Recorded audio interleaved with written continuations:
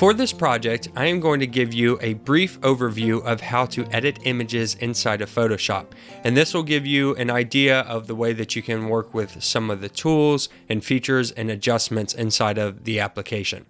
So here I have an image pulled up, and it's this girl wearing this red dress. Now, you can pick any image you want to. However, if you want to follow along with this file, I'll provide that for you, and you can open up this file. And what we're going to do is I'm going to show you how you can make some edits to the image, and then finally I'll show you how we can change the color of the dress. And just like most things in Photoshop and Adobe programs, there's more than one way that we can go about doing that. So I'll give you a couple ideas of how you can fix that or how you can change the dress color.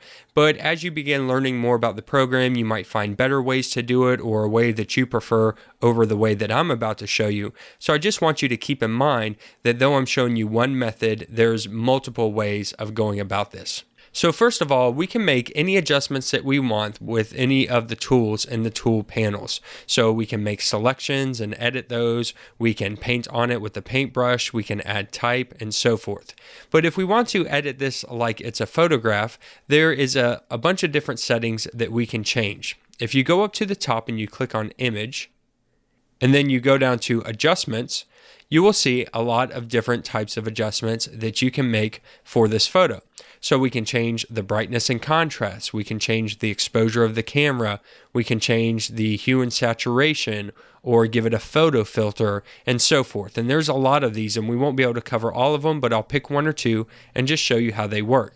So for instance, I'm going to select brightness and contrast, and for this particular one, it pulls up a brightness and contrast sliders. So as we drag the brightness slider up, you can see that the photo actually gets brighter.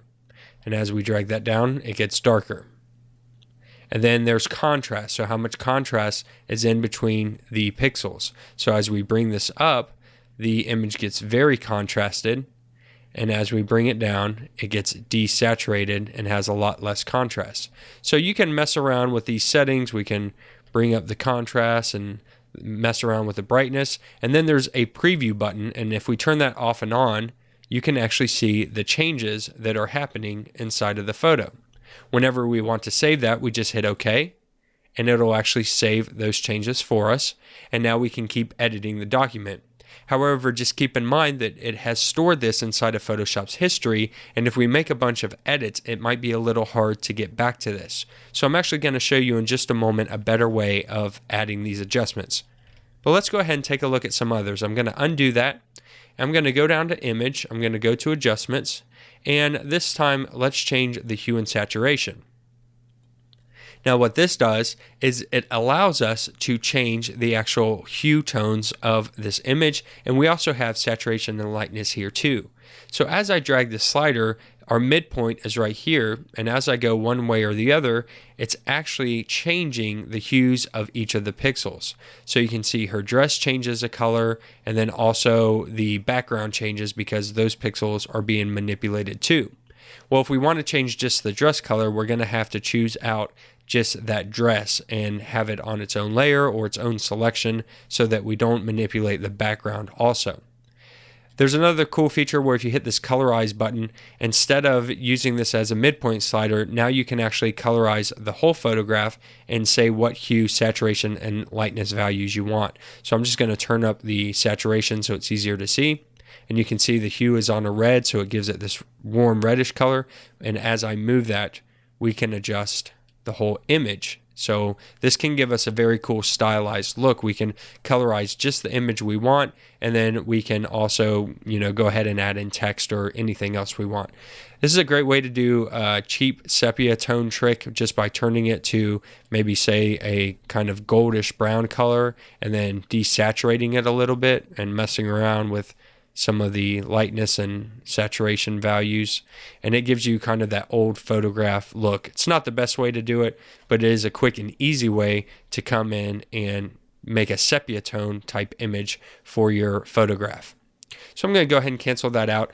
And you'll see other types of adjustments. So those are based on sliders. If we pick something like the levels or curves, they might look a little different. This is allowing us to adjust the brightness channels of each individual pixels. Right now we have all pixels selected, red, greens, and blues. And if I come in here and I manipulate this graph by, say, moving this slider up or moving it over, it actually adjusts the brightness values of all of those. A great thing about this is I can click in the middle and it creates a curve, so there's a nicer fall off or incline than if you were just moving them individually. So I can get a much better look by using these curves, and by lifting this up, it gives a much smoother transition between those colors. I can hit the delete key to delete out that point. I also have the ability to do this on an individual basis. So if I just want to adjust the reds, I can go to the red channel and then I can manipulate the curve, and there are some red pixels in the whole image, but by adjusting this, I can change out and manipulate the brightness and darkness values of the reds in this image. So you'll see that under the adjustments, there's multiple different types of adjustments you can make, and each one might look a little different based on the settings. We'll click on, say, the photo filter, and this one is pretty cut and dry. It's just you pick a filter and you tell how dense you want it to be. So for instance, we can go down, we can pick sepia here, and then we can give it a density, and as I move that, you can see that changing.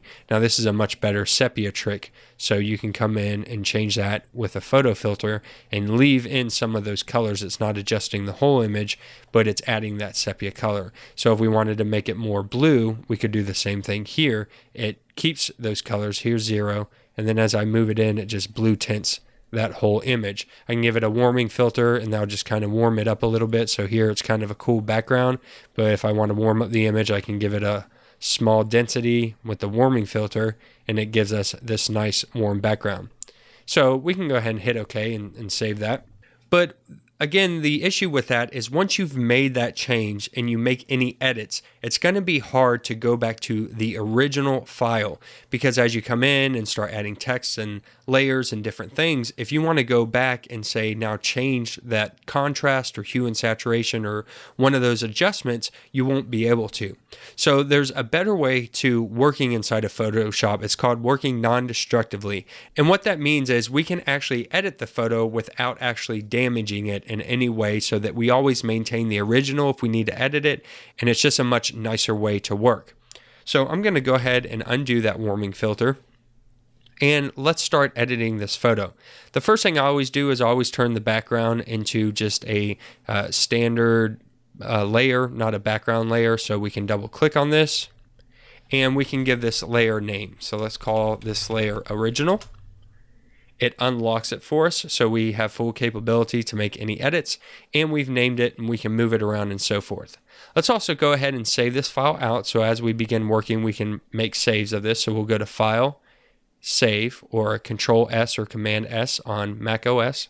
I'll hit that, and then we're in the folder we want to be in, and we'll just call this Woman in Red Dress.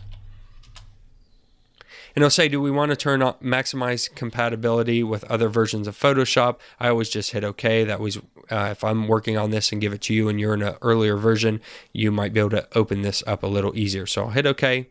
That's fine.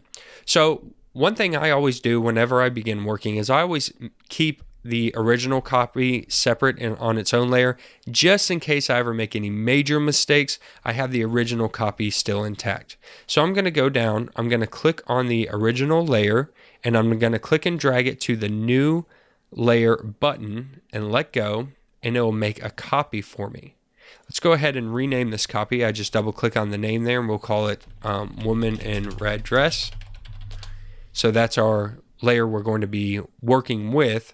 I'm going to go ahead back to the original, and if I want to, I can lock it and hide it.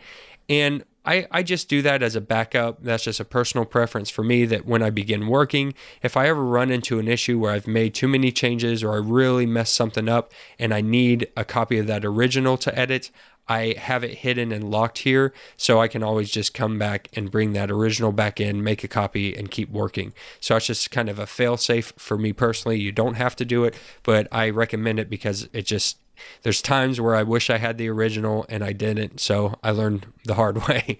So I'm going to go to the woman in the red dress. And what we can do now is we can actually manipulate this image by using what's called adjustment layers. An adjustment layer is a way to add in a layer on top of the woman in red dress, and it allows you to work non-destructively, which means no matter how many edits I make afterwards, I can come back and fix the options in the adjustment layer. So let me show you how that works. Down at the bottom, there is an adjustment layer button, and we're going to click and hold that down. And you're going to see a lot of the same adjustments we saw before. So we have, we can add in a solid color, gradient or pattern. We have our brightness and contrast. There's levels, curves, exposure, hue and saturation, photo filter, all these ones that we saw before. Let's go ahead and choose that photo filter again. So I'm going to click on it. And it doesn't bring open a new panel window, but it does show it in the properties panel window on the right hand side. Because I have my properties panel in here and I use it often, it popped it up right here for us. So now we can pick whatever of those filters we wanted. So we'll just stick with that warming filter we had, and then we can go ahead and adjust the density. And remember, as I move this up, you can see it warms up the photo, but it doesn't really mess with all the colors. So we can just give this a nice warmer look than if we want to, or cooler look, or whatever you want to. Preserve luminosity will just preserve the lights, highlights, brightnesses, and so forth. If you turn that off, on and off, you can kind of see how that affects it, but we'll leave it on because we like those nice highlights that are on the skin and the clothes there. And let me just turn this down just a little bit. That might be a little too much. Well, we'll just do 50% for now.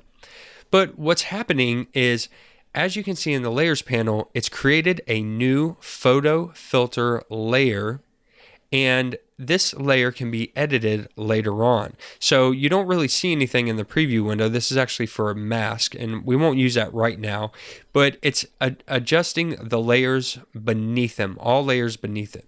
So you can see that it's editing the woman in the red dress. If we hide that and we pull up the original, it's editing that one too. So this adjustment layer is editing everything that is beneath it.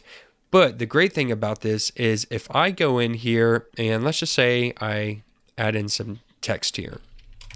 I'm just going to write dress, and that may be hard to see. So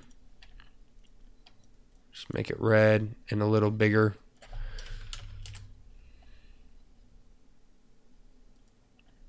And let's just imagine that, we're going in and we're making all kinds of adjustments and adding things in and so forth. If I'd put the photo filter as my first action inside of Photoshop, and then I needed to go back, I would have to undo the history and it would get rid of all my edits. And that is not what I want. However, no matter how many edits I make, I can always go to this adjustment layer and make changes. So let's say that I did all these edits, but then I realized, oh, I didn't want a warming filter, I want a cool filter. Well, if I click on that adjustment layer, I can actually go back to the photo filter options, and then I can pick a cooling filter. And now you'll see that it actually fixes that for me, and it keeps all my edits intact. This is what's called working non-destructively. It basically means that we're not affecting the actual photo. We're not making edits to the actual photograph itself. We're making adjustments on their own layers, and we can keep or delete these or hide them. Like, let's say I wanted to go ahead and hide this layer. I didn't want it anymore. I could hide it. I could delete it, and I can always go back and make changes as I see fit. So I'm going to go ahead and delete out this dress layer, this dress type layer here. And I just think that's too strong. Let's go down to 35%. And if I want to see the differences, I can just unhide and show that off and on, and it shows me. So it gives it a nice little warm touch to the photograph, which I think is pretty cool.